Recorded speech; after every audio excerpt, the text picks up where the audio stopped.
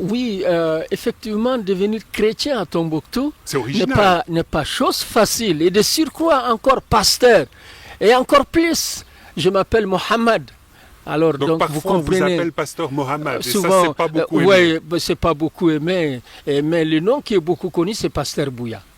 Mais Alors, concrètement, en 2 mots, comment est-ce que en vous deux- êtes devenu chrétien? Je suis devenu chrétien parce que j'étais avant une sorte de Saul de Tarse.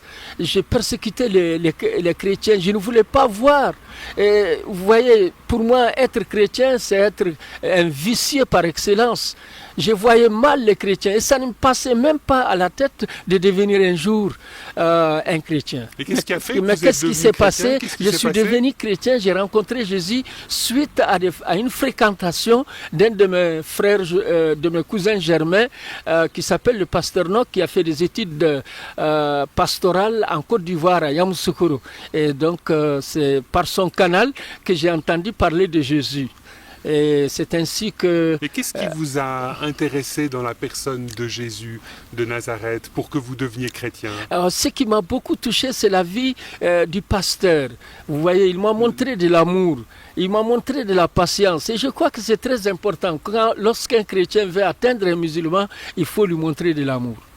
Vous voyez, c'est quelque Et chose... ça, l'amour de ce chrétien à votre endroit, c'est ce qui a ouvert Vraiment, votre cœur. ça m'a touché. Parce que avant qu'un musulman n'aime Jésus, il faut qu'il arrive à aimer son ami chrétien.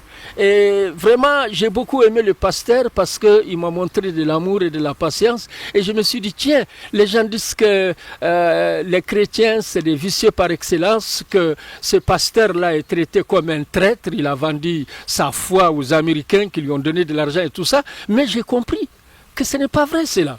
Parce que j'ai fait des recherches. À chaque fois qu'il sortait, je partais à sa bibliothèque et j'ai feuilleté la Bible à son insu. Mais la première page, c'est Genèse chapitre 1. Et j'ai été frappé par le fait qu'il ait dit, au commencement, Dieu créa les cieux et la terre. J'ai dit, mais tiens, on dit que les chrétiens ne connaissent pas Dieu. Mais comment se fait-il que leur Bible commence par au commencement? Dieu créa les cieux et la terre. J'étais très touché et finalement j'ai été voir mon marabout. Comme vous le savez, dans l'islam, chacun a son marabout.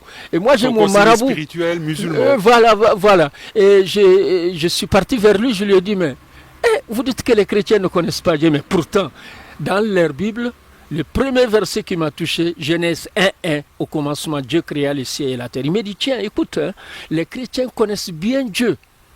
Et d'ailleurs, ce sont les chrétiens qui ont eu tous les premiers bons livres de Dieu. La Taurat Moussa, la Zabour Daouda et l'Injil Rissa. Taurat, Pentateuque, Zabour, les psaumes et l'Injil, c'est l'Évangile. Ils m'ont dit, et il m'a fait savoir que les chrétiens ont bien la parole de Dieu, mais cette parole est falsifiée. Alors lorsqu'il m'a dit ça, je continuais mes recherches, mais je me suis dit à un certain moment, comment... Il me dit que la Bible est la parole de Dieu, en même temps elle est corrompue, falsifiée. J'ai dit, mais est-ce que la parole de Dieu, on peut la corrompre? Est-ce que la parole de Dieu peut être dépassée comme des antibiotiques dans une pharmacie? J'ai dit non. Et j'ai dit à mon marabout,